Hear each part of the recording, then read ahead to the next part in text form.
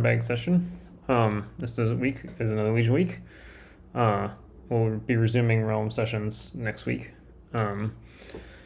So I want to start off this week by actually wrapping up a question that was asked at the end of the last session, and I wanted to get back to it to actually point something or provide a concrete answer for everyone. So at the end of last session, Manolis actually asked a good question, which was, so just to refresh everyone's memory of what we were talking about last week, right? We were effectively talking about these copy fill aggregators, right? And how they actually, aggregate up all the copies that you might need to issue to bring data up to date from each of the equivalent sets, right? And then try to group those copies together to make them as big as possible. And then finally issue those to Realm, right? And so those copy fill aggregators have to put things together, right? But there's tricky things that can happen with read-only cases where maybe two different read-only analyses traverse different equivalent sets at the same time, and they might depend on each other's copies, right? So you might have two copy fill aggregators made by different physical analyses, right? That one might issue a copy from instance A to instance B, and another one might need to copy from B to C. So then those copy fill aggregators have to run in order. And Manolis asked the question, where do you actually detect that Manolis actually asked the question, how do you know when possible copy fill aggregators have actually finished running before you actually do your registration of say your task that actually issued these copies, right, tries to run, right? And I couldn't find it in the code last week, but it was right in front of my face. Looking back at it, the code was actually on the screen. I just wasn't remembering how it worked. But effectively, this is the code that actually does this. Let me show you where we are to give you some context. This is in the update set method, right? That gets called, for every physical analysis that's traversing an equivalent set. It calls this method. We've seen this method a bunch over the past several sessions. And in particular, you remember there's a bunch of big top-level branches in here, right? This is the reduce path. This is the write discard path here. And here we've got the read-only path, where there are some of these non-only read-only guards that exist in this equivalent set object, right? And effectively what those read-only guards are they're copy fill aggregators that have recorded themselves as saying, we've recorded copies that, reflect that we're going to bring some instances up to date in this equivalent set, but we haven't actually issued those copies yet, right? And as a result, later analyses that come through have to record dependencies on those things, right? And so one thing that you do is, in this case, you iterate through these read-only guards, you look for overlapping fields, and then if you find overlapping fields, then you actually end up, recording these guard events, inside of your physical analysis, right? And those events then become preconditions to actually doing the registration, say, of the task actually using a physical instance, right? Effectively, all those copies have to have been issued, right, before they can actually be considered, or be considered to have all their, their users recorded on the logical views, which is what we're going to talk about today. But effectively, this actually answers that question of how do you make sure that all those copy fill aggregators have actually issued their copies before you try to record yourself as a user of an instance that might need those copies to have, reflected the fact they've actually been issued to Realm and recorded all their dependencies as well, right? And so that's where this part comes into play. So that was a good question, and it actually leads us into our session today to actually talk about a little bit more about the logical views, right? So let me come back to this picture over here. We effectively been walking down this stack here, right? The series of progressions. We've looked at physical analyses that traverse equivalent sets and how they do coherence on those things. We've looked at the copy fill aggregators to see how they sort of bulk up the copies and stuff like that. But the next thing to actually look at is, these copy fill aggregators actually have to run and record dependencies for those copies on actual physical instances, right? On the actual the actual instances that live in memory, right? And so you need to be able to say, if I'm going to use an instance, either reading it for, my read of my copy or writing to it, as a writing my copy, I need to make sure I'm not overwriting things that are still running, right? You need to have some data structure that tracks all those users of those physical instances, and that's what these instance views are going to be. And so we're going to look at today is actually, how does this actually work to actually do these analyses on the physical instances to make sure that, that we're getting the right dependencies in our Realm copies, right? Effectively saying that we've got the right event preconditions and stuff for how things actually run, right? So our goal today will actually be to look at at some of these things, and we're going to try and start where we were before. But hopefully, at least I've answered Melissa's question from last time about how copy fill aggregators, chain themselves up, and how analyses actually, make sure they depend on those copy fill aggregators. Melissa, do you feel like I've got your question answered? Yeah, more or less. Yeah. Okay, good. Feel free to ask follow-up questions later. Okay, so let's actually go look at a little bit of code, just to remind ourselves where we go in to look at these views, these instance views, and then we'll start. I'll generalize a little bit, but I'll show you a concrete case which we've actually seen, but just to refresh everyone's memory, we can look at some code of what's actually happening here. So inside of our copy, I'm in the wrong file here. Once again, there we go. So here's our copy fill aggregator method. This is a method that we looked at the last time, right? That effectively issues copies down to from the copy fill aggregator. And importantly, this is the one that effectively takes in, a particular target instance view. And we're gonna, I told you we look at these instance views, so we're gonna look at some more of these today. And then some copies that need to be performed, and actually issues those copies to that target. We skipped this part here at the beginning, which is about collective stuff, but we get down here to our copies, right? And we're iterating over our copies, and if we have just exactly one source, right, then there's nothing really to fuse, right? And so what we do is we do this call, copy from, right? And this target is an instance view, and there's also a source instance view here, right, coming from the from the copy, update pointer here, which is coming from this this vector of copies that we need to perform, right? And so we've got a source instance view and a destination instance view. And effectively what this method does is it says, we're going to copy to this target from the source, right, with this event precondition and, a whole bunch of other stuff that we might have, like a predicate guard or maybe a reduction operator. This is the expression of the set of points that we're going to copy, right? Some other stuff about, more legion specific stuff like the operation and the region requirement index and stuff like that. But the main important thing here is that we're doing this copy from this source to this destination, for this particular set of points, right? And also for this particular copy mask here, right, for those fields, right? And effectively, this is the method that's actually going to go ahead and issue that copy down to realm. We've done our aggregation, so this thing is actually going to run. But before we can actually run that, and I'll say, this also gives us back an event, saying when the copy is done. But that's not the only way that you track this event. So one thing that's going to happen is that this copy from method is actually going to check this destination instance view, see what other stuff is using it, and find any preconditions for running this copy.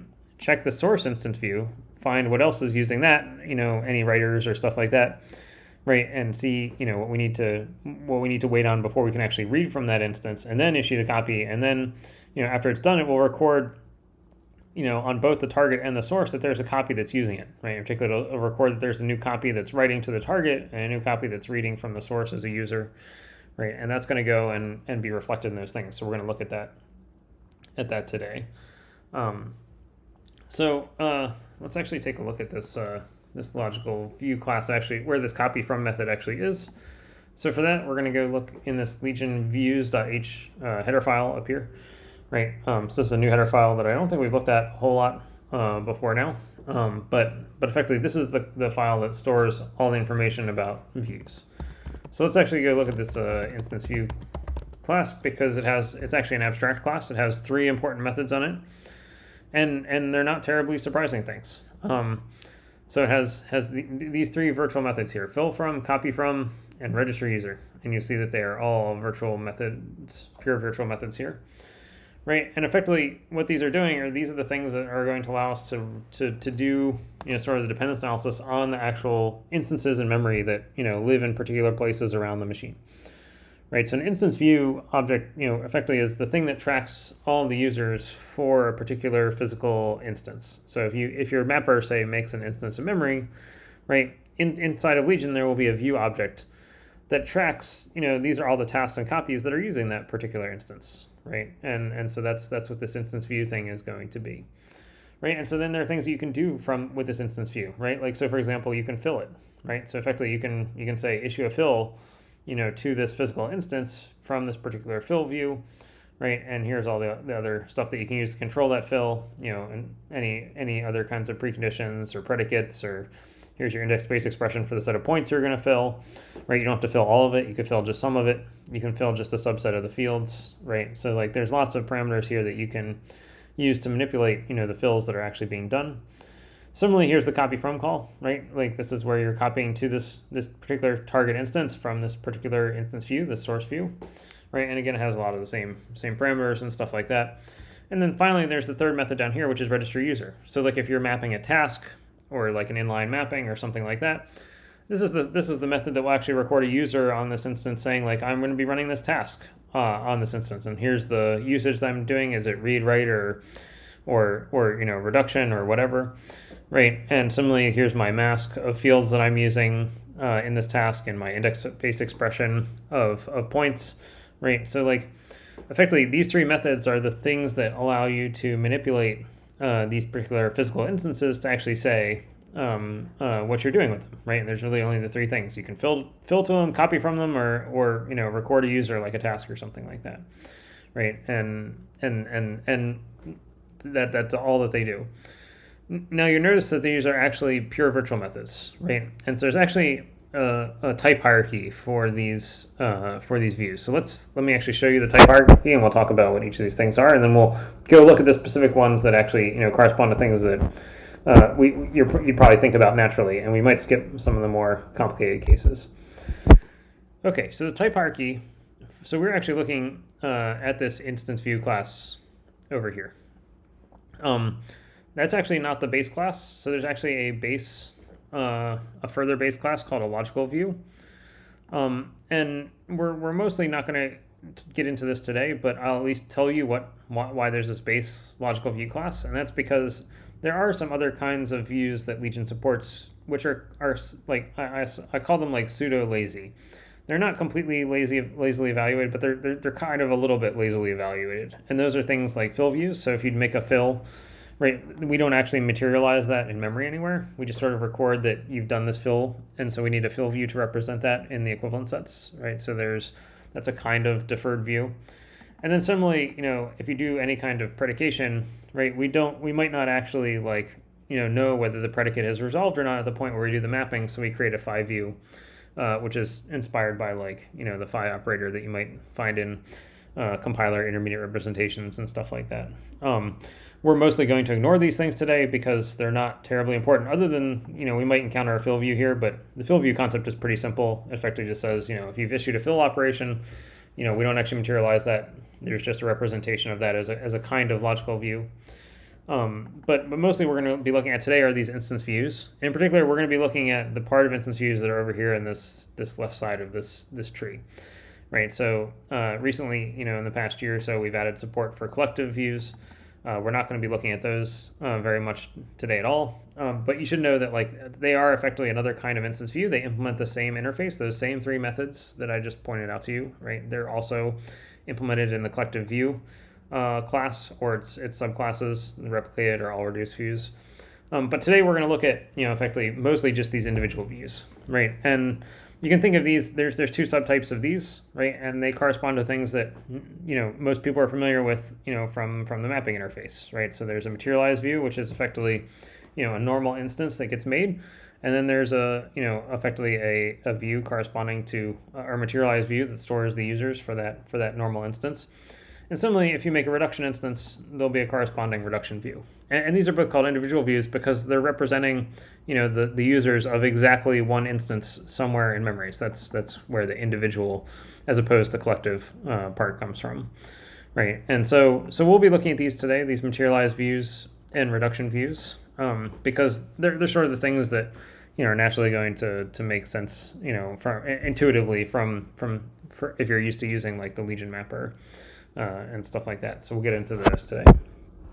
Okay, so over here in this logical views class, right, we can actually let's actually go look at the individual view class, because you'll actually see that two of these methods, the fill from and copy from method, are actually implemented there, and then they create some new virtual methods, for materialized and reduction views to handle.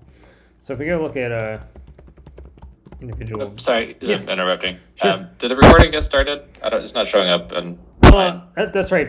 I'm recording on QuickTime because Teams okay. does not not allow us to record without showing people's usernames and stuff, and we tend some parts of NVIDIA do not like that. So Sorry, ignore me. Carry on. the recording is progressing. Yep. No worries. It's good that somebody is checking that I'm not missing that step. That would be unfortunate. Okay. All right. So this individual view class, right? As you can see, it implements this this instance view base class here. So that's all pretty standard. And what we'll see here is there's actually two of our virtual methods are actually going to be implemented here. Fill from and copy from. We're actually going to go take a look at these. But before we actually look at them, let me just forecast for you a little bit of what's going to happen, which is that effectively, in order to implement these two things, the implementation is the same for both normal materialized views as well as reduction views, right? So that's a nice thing. We can put these in sort of this intermediate base class and provide an implementation of them. But then we have to have sort of helper submethods for the base classes or for the subclasses to help us do some of the things that we're going to need to do to actually be able to record dependencies and stuff like that. And so in particular, these two methods are going to become very important. This find copy preconditions, effectively, given that we're going to run a copy on this view, please find an event that describes all the preconditions for this copy, right? And add copy user, which is effectively after we've, issued the copy, we need to record that there's a user on this view to actually be able to record that for future things that come and try to actually use the view. Right, so let's actually go look at let's actually look at fill from and copy from here on this on the individual view class, and we can actually take a look at how it's implemented. Okay, so if we look for individual view, let's do fill from first. It should hopefully be a little bit simpler.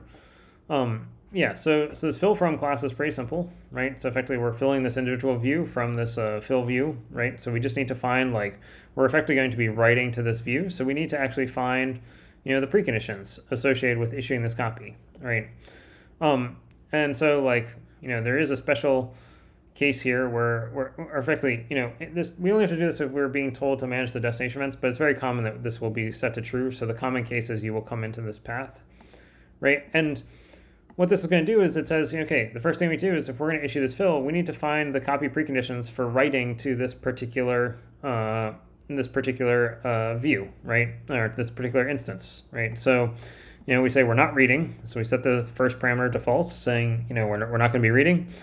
And we're also not applying a reduction. So this is actually a write, right? So effectively these two parameters say that we're doing a write to this particular view. Here's the set of fields that we're doing, the write for. Here's the fill expression, for the set of points we're going to be writing to.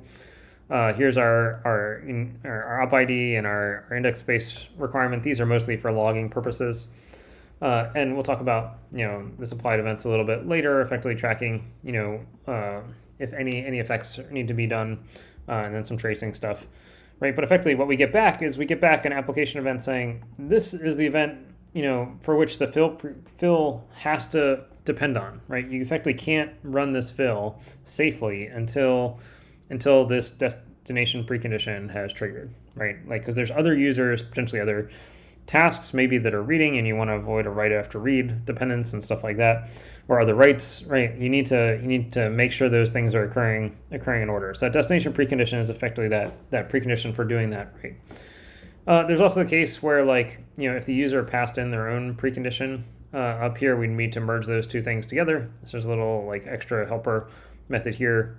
It's fairly uncommon to actually have an event precondition here. This might come from something like an execution fence or something like that the user did earlier in the Legion program, right? But in normal Legion operation, this precondition is actually pretty much always a no event. So we won't often go down this path here. We have to merge those two things together. But after we exit this, and you can see we actually merge this into this precondition event. So after we exit this block of code here, this precondition, we've actually overwritten this precondition possibly, with this destination precondition. But that defines our precondition for actually running this copy, right? We're going to skip this stuff. Go ahead. Can I ask a question? Yeah. Do you not also need to have a precondition on the source as well? Well, this is a fill. Right, So we're doing fill first. We will do copies.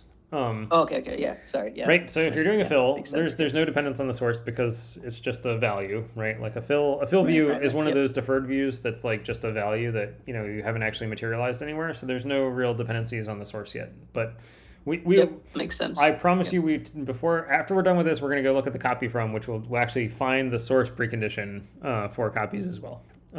Yep. And so here what you're doing is you're saying essentially, I'm going to be overwriting this. I want to put myself in the queue behind anybody who's writing it before me or reading it or something, right? Yes, exactly. Any prior tasks or copies that have used this view before, or this instance before, I need to make sure that I cannot write until they're all done doing whatever they're doing, that my write might conflict with, right?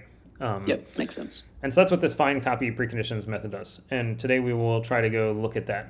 In each of it works differently in the materialized view versus the reduction view case, but they effectively do the same semantic thing, which is, as you said, find all the prior users of this particular instance that I might conflict with based on what I'm trying to do. Yep. Okay.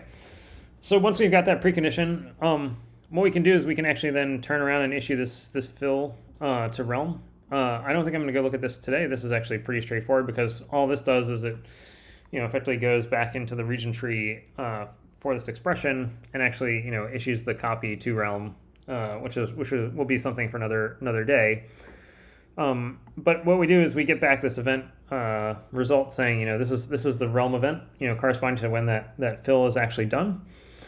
Right, and you can see after we've gotten this back, the next thing that we do is we have to record this event on the view, right, to effectively say like we've got this new fill that we've issued to realm, so please record that this copy that we've issued is now a user on this instance, right, so that anything that comes later, right, can actually be can detect that copy as a prior precondition, right, and again we record that we're writing and we're not reducing, and here's the event precondition and our mask of fields that we're updating and our expression for all the points we're touching, right, and so forth. Right, and so effectively that add copy user is the other part. Effectively there's like a two-phase thing going on here. We find the copy preconditions, it says copy preconditions, but really, it could just say find data movement preconditions or something, right? Then we issue the fill, and then we add, add a copy user, and it says copy user, but fills are like a special kind of copy that just have like one-sided kind of semantics to them. So we don't bother changing the name. Okay. And just to understand something, there is no danger of two analyses racing here because you've added the analyses themselves as dependent upon each other, right? That's right, exactly. So I kind of hinted at that, effectively the last time. I may come back to my diagram over here. Right, like this is one of those things where like, this is why these copy fill aggregators have to run in order, right? Effectively, they have to issue their copies in the right order and issue all their updates, right? And effectively, there's no races between these, like these two, issuing these two copies, right? They might each be doing their find copy preconditions and then add copy users. And the reason there's no races between these is because this copy fill aggregator knows it can't start until this copy fill aggregator has done all of its copy calls, right, to effectively find copy preconditions and add copy users, right, and that guarantees that things happen in order. And similarly, we haven't looked at this part yet, but the registrations themselves of the actual like physical analyses will actually not allow themselves to register any users on these instance views until all of their copy fill aggregators that they depend on are actually done, right? And so effectively that's what guarantees that there are no races with this like two-phase thing that we're doing, as you pointed out. Does that make sense? Yep. Okay. Yep. Good. There's one caveat to that, which we will get to hopefully later, but where we play a little bit of an optimization game. But for the most part, if you have that picture in your head, it's very important just to remember that like these things they're higher level dependencies, guaranteeing that it's safe to do this two-phase find copy preconditions and then add copy users later. Okay, so that's a pretty simple method. That's the fill from method. Let's actually go look at the copy from method because it's fairly similar. Now, let's see. So here's the copy from method. So this is the case where we actually do have a normal instance view, which is the source view, right? And again, we do the same kind of thing with the precondition. So, it's often the case where we're finding our destination precondition. So we do the same thing that we do for fills, right? This is effectively exactly the same thing. We're going to be writing to this this individual view here, right? So we get this destination precondition. We find the copy precondition. We're not reading. We might be reducing in this case. So, check to see if we've got a reduction op ID that got passed in, whether we're doing a reduction copy or not, right? That sort of determines whether or not we're doing this reduction here. So it could be writing or reducing. Doesn't really matter. It's whatever the copy fill aggregator that called us, is telling us to do, right? And here's our copy mask and our copy expression and all those things. And we do the same, kind of merging our destination precondition into this precondition event here, if necessary. Now, let's see. Most of this, I'll say there's a little bit of weirdness here to handle like copy across cases. Like if you've got a copy across operation where you're copying from one region requirement to another, I'm going to ignore that for today. Assume this copy, that's what this across helper is for. It's for helping to do those like copy across operations. In the vast majority of cases, this is null, right? And so your source mask is the same as your copy mask, and you don't have to worry about anything. Well, we can talk about copy across operations and how they do, like, if you're switching from one set of fields on the source region requirement to another set of fields in destination region requirement. We can skip. We can talk about that at another date. That's what that across helper helps out with. But in the common case, your source mask is the same as your copy mask. Now, let's see. There are a couple cases here, and we're only going to care about this first one today. So the other two have to do with collective managers, because like if you notice this interface here doesn't specify whether the source view is effectively one of those individual views or a collective view, right? Coming back to this type hierarchy here, effectively the source instance is just an instance view, right? We know we're copying to an individual view here. Because that's where we've dispatched to, right? In this virtual method, we're in an individual view as the destination, but we don't know whether our source view is another individual view or a collective view, right? And it could be the case that it's a collective view, in which case you might need to pick a particular source instance, right? So we're actually going to skip all those cases of the collective case and only care about this case where the source is actually another individual manager, right? So effectively we've got one destination view, which is an individual manager, and one source view that is an individual manager. We can deal with the collective cases later, right? So effectively this branch says, check to see if the source view is another individual view. And this is what we're going to care about, this if branch today. There's a whole other else branch down here for the collective view case, which we're going to completely ignore for today. Okay, so if the source is another individual view, well, we can actually, effectively there are methods that help us downcast down to being another source view here, right? So we can see that the source is an actual individual view. And here's the case that Manolis was asking about. Now we also need a precondition for the source instance, right? So effectively in this case, we're going to be reading from the source instance. We need to find its copy preconditions, right? And so we can, in this case, we say, in this case we are reading and we're not reducing to that thing, right? Because effectively, we're guaranteed to be reading this case, and here's our source mask, our copy expression, all those things. And we get a precondition that says, this is the event, saying, we can't read from this instance until this event has triggered, right? And then we merge that into this precondition. If we haven't already, if we didn't already have a precondition, we merge that source precondition in there to make sure that it's, incorporated into our precondition for actually doing this copy.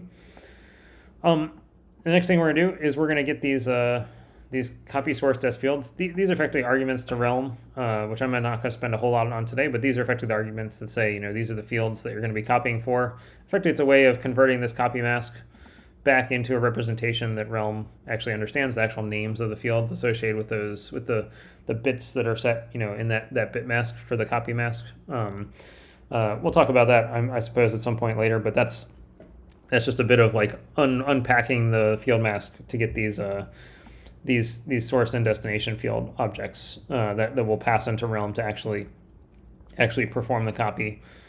Let's see. I'm going to skip this part here, which is about, effectively in the case that you're doing a reduction, you might need to grab some reservations to make sure that your reductions are being done atomically. And so, this only applies if your reduction op ID is greater than 0. So we can actually skip that part because, let's assume we're not doing a reduction here today. But if you are, effectively you can get the reservations associated with the target instance. That's what this find field reservations method does.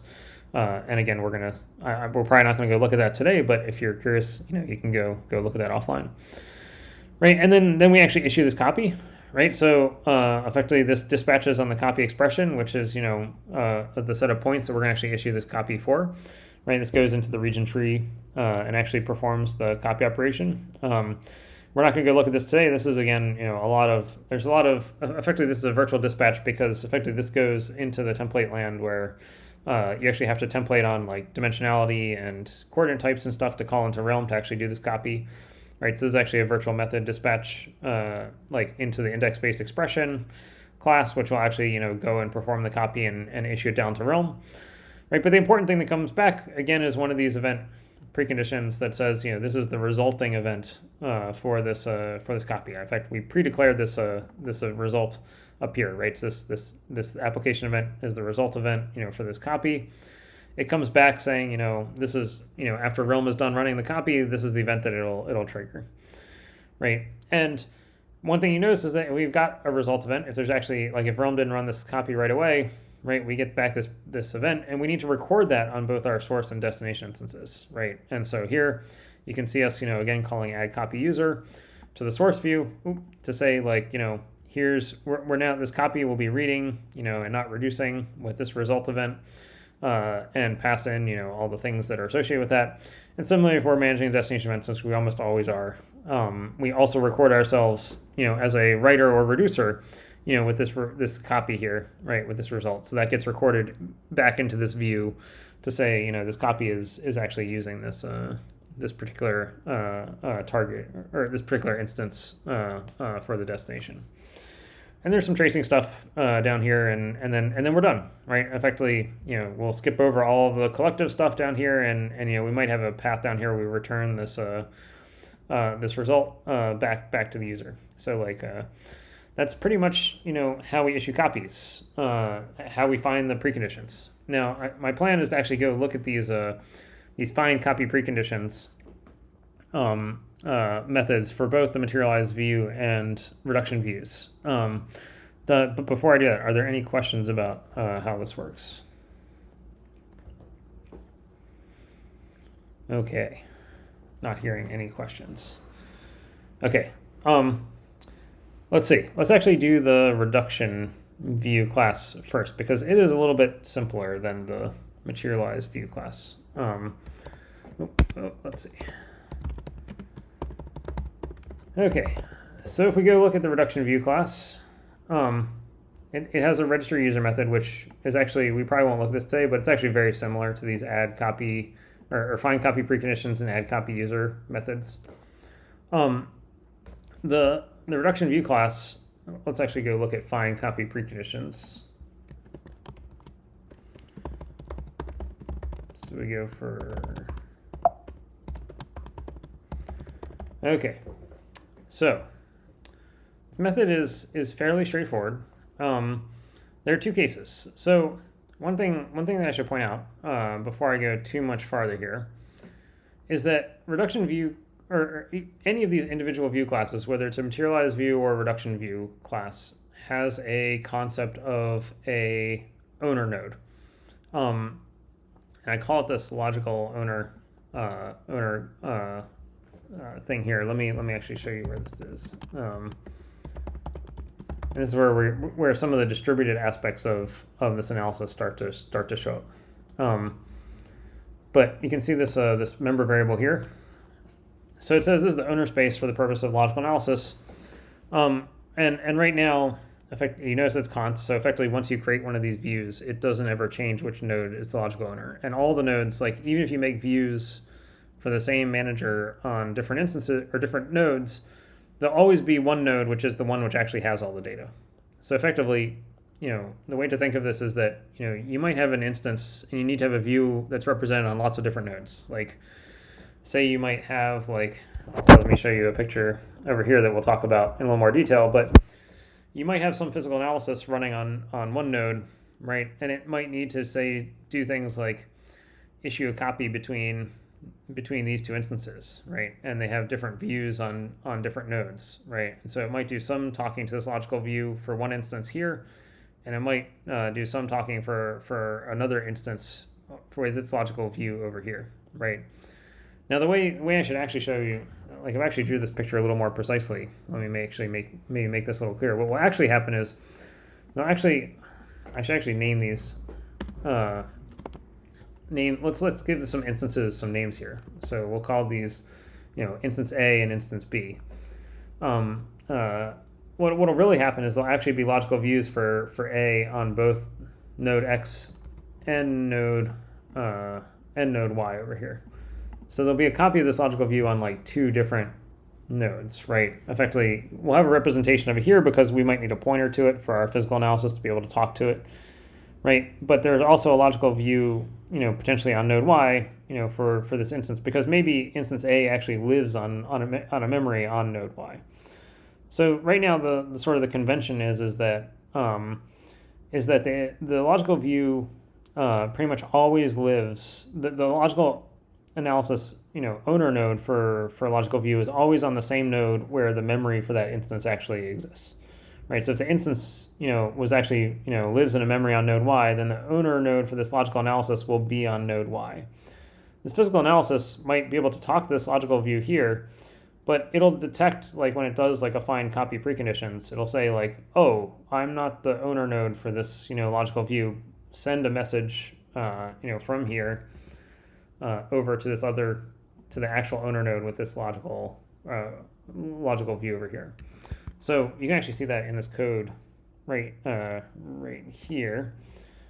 Right, so effectively there's a test here to say, if I'm not even if like some copy file aggregator is asking me to do this analysis to issue a copy, right, I might need to actually send a message to another node to actually do this because I'm not the one with the correct metadata for actually tracking this. Right, and by having just one node that stores all of the users for a particular physical instance, that guarantees that there's a single point where everybody, that needs to use this instance can actually go talk to that particular instance, right? And, can this create, potential bottlenecks and stuff?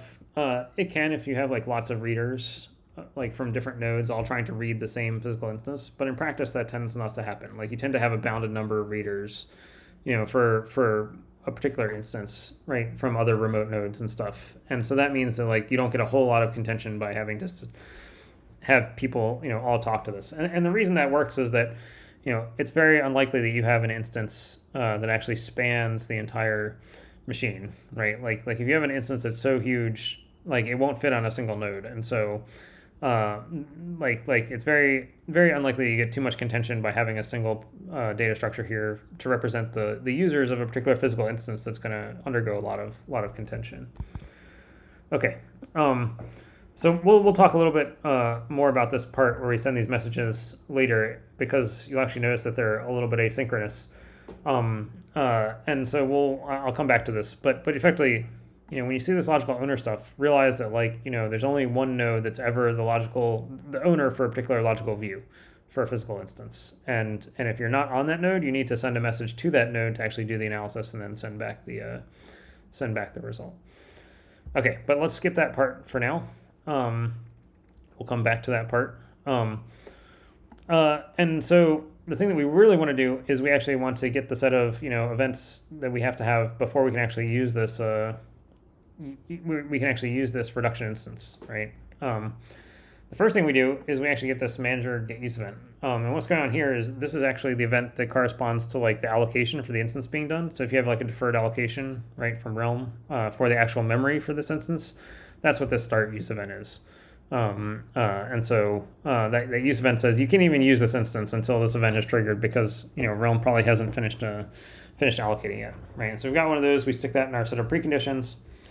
And now we've got sort of like three different cases here for how to do, the dependence analysis for this reduction instance. And it depends on whether we're reading or if we're reducing or if we're writing to this reduction instance, most likely if we're filling it, to sort of initialize it, right? And you can see each of these have a corresponding method, find reading preconditions, find reducing preconditions, and find writing preconditions. And of course, when we're done, we just can merge all those things together and return that event as the precondition event for this particular view.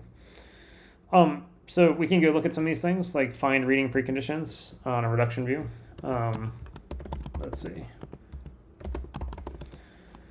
Right, and this is actually pretty simple. It calls this find dependencies method on the writing users and reduction users, right? Effectively, let's actually look at this reduction. This will make a little more sense if we actually look at the reduction view class and its data structures.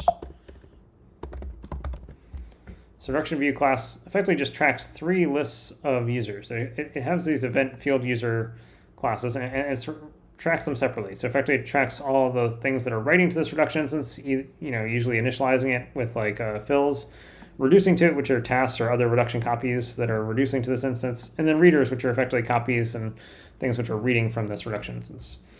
This event field users class or type here, let's see if I can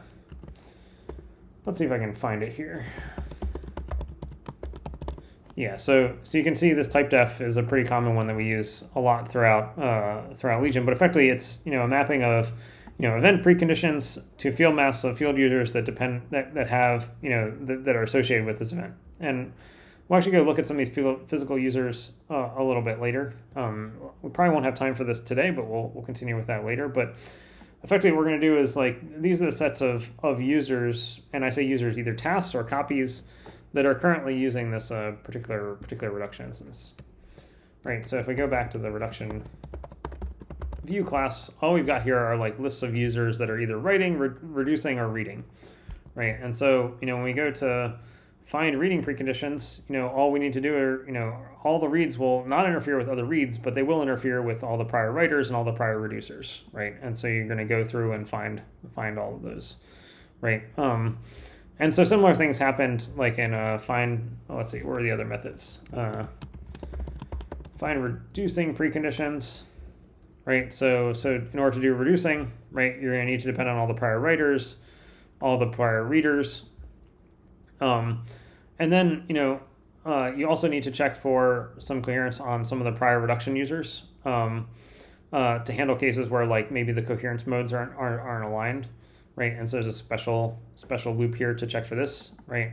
For checking whether the coherence modes align, but that's a detail. So in general, that should work how you'd expect. And let's see. I wonder if we can find writing preconditions, right? Writing preconditions, must depend on everything, right? So effectively writing preconditions depend on the writing users, the reducing users, and the reading users, right? And you can also, by the way, we also filter out in that case, right? So effectively, if you're writing, you're actually dominating all the prior users. You can actually filter out prior users as part of that traversal, right? So we have this find dependencies and filter method, which will iterate over all the things in this list of users, and also filter them out, the ones that are dominated, right? Because if you're writing, then you're effectively anything that comes later will depend on you as a writer, right? Which will sort of transitively depend on all the things that came before the writer, right? So you can effectively filter out in that case. And the find dependencies method, which we sort of saw called earlier, is really simple, right? It's just looking for overlapping field masks and overlapping expressions. And if you get both of those, then you record, effectively that event precondition in that in this set of wait on events, right? And that's what's being tracked in that find copy preconditions method.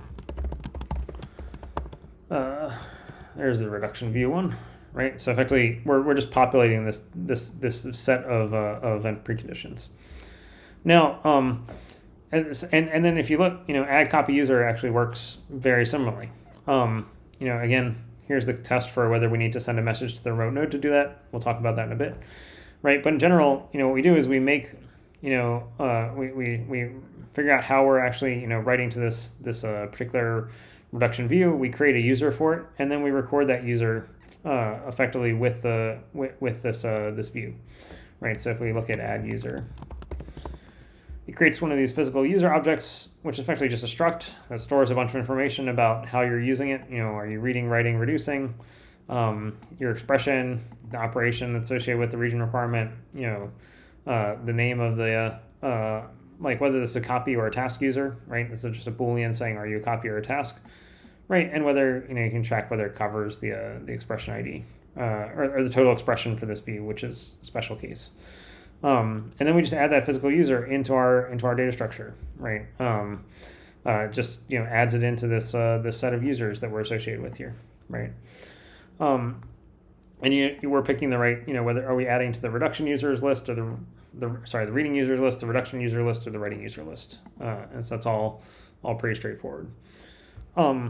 So effectively, this is how we track the users on these reduction views, and that allows us to do the dependence analysis to see if we're adding we can find our copy preconditions, we can find add copy users after we're done doing the copies. And I'll also point out here, there's also the reduction view register user method here, which is how tasks that are actually reducing to a reduction instance will record themselves, right? Again, there's the remote path here, sending the message, and then the non-remote path, where we effectively just go through and we actually find this is sort of a two-phase thing too. It'll find its preconditions and then add itself as a user to the reduction instance using the same methods that we just looked at for the copies earlier, except they set this parameter here to false, saying this is not a copy user that we're adding here, right? So effectively, that's how tasks and copies and stuff all register themselves on these reduction users. Let's see. So I'm running out of time, so I'm not going to get to the materialized view class today, but we will go look at that the next time because it's actually quite important. But since we've got about 10 minutes left, it's a good time to explain a little bit of how this remote stuff works, because it's the same for both reduction views as well as materialized views, but there's a little bit of a trick to it. Let's actually go back and look at reduction view find copy preconditions. So this is a little bit of a tricky thing that's happening here. So you notice that find copy preconditions has to return an event. It has to say this event is effectively the event that will be true, that will trigger when all the preconditions for doing a copy has actually triggered. Now Legion actually plays a little bit of a trick here. Okay, it actually does this asynchronously, right? So in this case here, where this physical analysis and really this should say I should actually say let's make this a little more concrete. This should really say copy fill aggregator,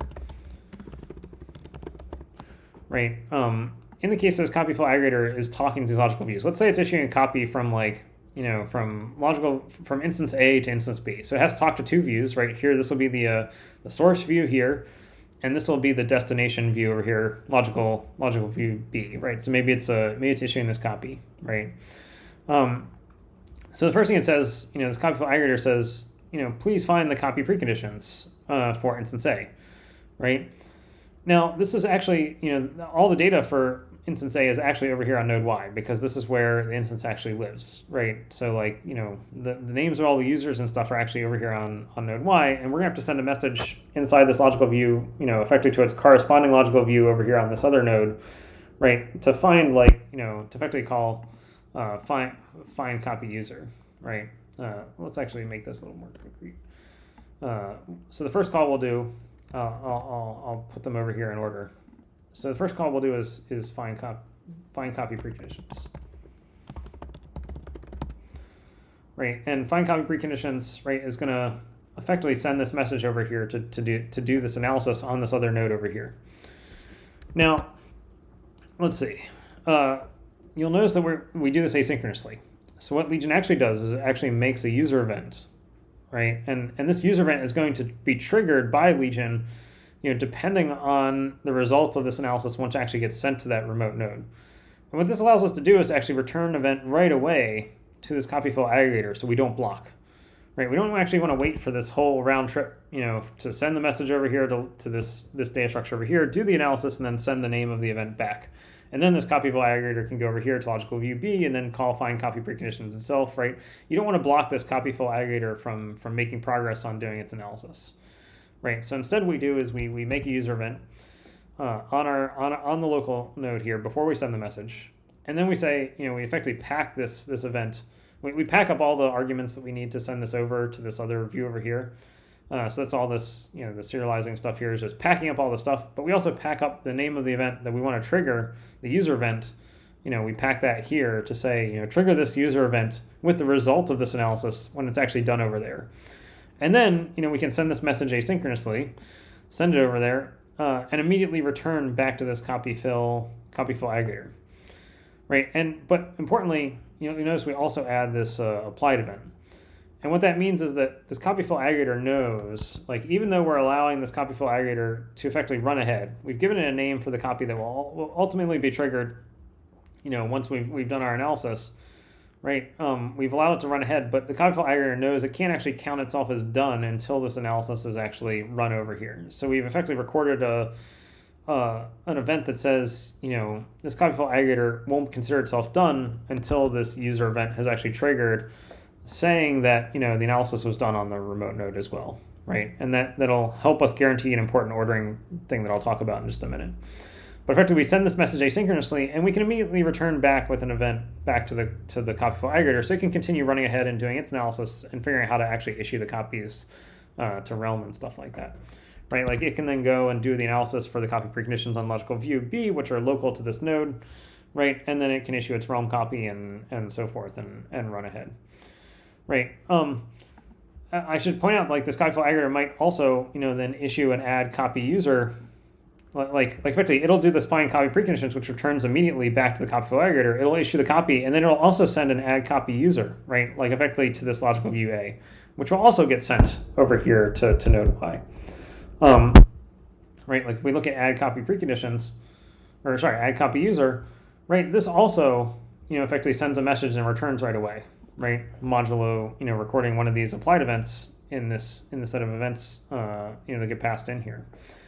And effectively, Legion actually allows both these messages to be in flight at the same time, right? It could be the case that, like, this copy fill aggregator actually pushes the second add copy user message into the network even before this find copy preconditions call has actually run over here on node Y.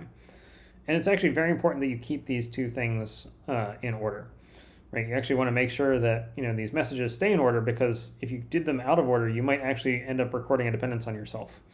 Which would be very, very bad. In fact, lead to a cycle in the realm of event graph, and your application will hang, and all sorts of bad things will happen. So the important thing to realize is that if you actually go look at, and I don't have a whole lot of time to talk about this today, but let me just tell you how it works, and we'll have to look at the implementation a little bit later. But effectively, Legion has the ability to send some messages on virtual channels, and some of our virtual channels are kept in order. So effectively, we can guarantee that, effectively there's effectively a logical view virtual channel for sending these messages between logical views on different nodes. And we do is we guarantee that these messages, effectively whatever order they're issued from node X is the same order that they will run on node Y. So there's like a virtual channel between these two nodes. And that keeps these messages in order. Whatever order they're issued from in node X is the same order that they will, from node X to node Y will be, they'll run on the same order here on node Y. This only applies pairwise between two nodes, right? So effectively, like, if you've got, two other nodes, right, there's an entirely different virtual channel, between these two things that keep the messages sent from node X to node Z in order, right? And there's no guarantee of ordering between these two things. So, like, you can't rely on that ordering, but you can rely that any pair of messages sent from node X to node Y, whatever order they were issued from on node X, is the same order they will run on node Y for these particular classes of messages, right? And that's how you can guarantee that this, like, find copy preconditions, will run over here before this add copy user ends up running over here on node Y. And this is going to be true of pretty much all of our individual views. There's a variation on this invariant for collective views, which is a little bit more complex, and we will talk about that at a later time. But for individual views, this is how we guarantee that, even though we're doing these sort of messages asynchronously and allowing this copy fill aggregator to run ahead, we guarantee this ordering. One other detail here is, like, these applied events that actually are being recorded, right? So you notice, like, in the case of this add copy user, right, it's very important that these applied events, these events, these user events, not application events, but user events, are effectively saying when these things are actually recorded on the remote nodes, right? So this applied event that's sent over here, effectively this will be triggered when this event will be triggered once the message actually runs to add the copy user on the remote node. And that's actually very crucial that event, for this add copy user having been, actually triggered over here is dependence for this copy fill aggregator to actually be done, itself, which then guarantees that this copy fill aggregator won't consider itself done until all of its add copy user calls are done, and then this copy fill aggregator can run, right? Because this copy fill aggregator might be issuing its own things, right? Which might actually depend on having messages sent from another node. Like these two copy fill aggregators might be running on different nodes, right? And so you have to chain those dependencies correctly. Like you might have made one copy fill aggregator, right? Record itself as a guard in the equivalent set. The equivalent set gets migrated, right? And then this copy fill aggregator on a remote node tries to run. And so you need to chain those dependencies so that all the copies that were issued here have recorded themselves as users on the logical views for these instances before the next copy fill aggregator tries to run and issue its own copies, which will look for dependencies, right, on these prior copies, right? And so it's a very tricky dance there to keep things as asynchronous as possible, but keep all the dependencies hooked up in the right order. Could you have combine the two operations, find copy precondition and add user? So you could considerably combine those two. In fact, that's actually exactly what we do for the register user for tasks and stuff like that. You're going to find that there are some cases where you don't want to do that, especially for collective views, because you might have one precondition that you then want to send out to a bunch of that serves as a precondition for a bunch of copies. Like if you're doing a reduction from a collective view into a single view, right? You might just need to compute the destination once, but then the destination precondition once, but then use that as a destination precondition for a bunch of source copies that are coming in, mm-hmm. right? So for individual copies it doesn't matter, but for collectives it does. Exactly. Yes. And I mean the other downside to sort of fusing the copy things together is that Realm is actually giving us back events for when the copies are done, right? So you'd effectively be making duplicate events. You'd have to kind of make a user event in all cases you'd actually be making two events for every Realm copy, right? Effectively one user event that you would use to record in the logical or in the instance view first, right? And then you actually issue the copy to Realm, and then you turn around right away and immediately trigger that user event with the Realm event that you got back for the copy, right? And so by splitting it into two phases, you can actually use the Realm event directly in our data structures instead of having to make two finish events for every copy. It's less painful for task because for task we have to make that user event anyway for a bunch of reasons, right? But for copies, I kind of try to avoid duplicating the Realm events if necessary. Does that make sense? Or ish. I would need to look a little further into it too. I mean, just think of it like in order to record an event in the data structure, you need an actual event, right? And so you have to make a user event before you issue the Realm copy, right? And then Realm is going to turn around and give you back an event, for the copy. And you have to just turn around and trigger that user event right away with the precondition or the post condition for the copy, right? Mm-hmm. And that's making two post condition events for every Realm copy. So, yep. It simplifies the final graph. It does. So to say. And I mean it just saves events and overhead and stuff like that. So, but conceptually we could have fused this. In fact, I think there was a version of Legion a long time ago that did fuse those things. I'm sure we're going to refer back to this diagram again later when we go to look at materialized views because it's tricky to keep these things right. And I do want to show at some point, how we how the virtual channels work for these logical views. Okay, we're at time for today. So let's see. Unless there's any other questions for today, I'm happy to stick for just a few minutes if people have them. But otherwise, we'll wrap up. And next week will be a Realm week.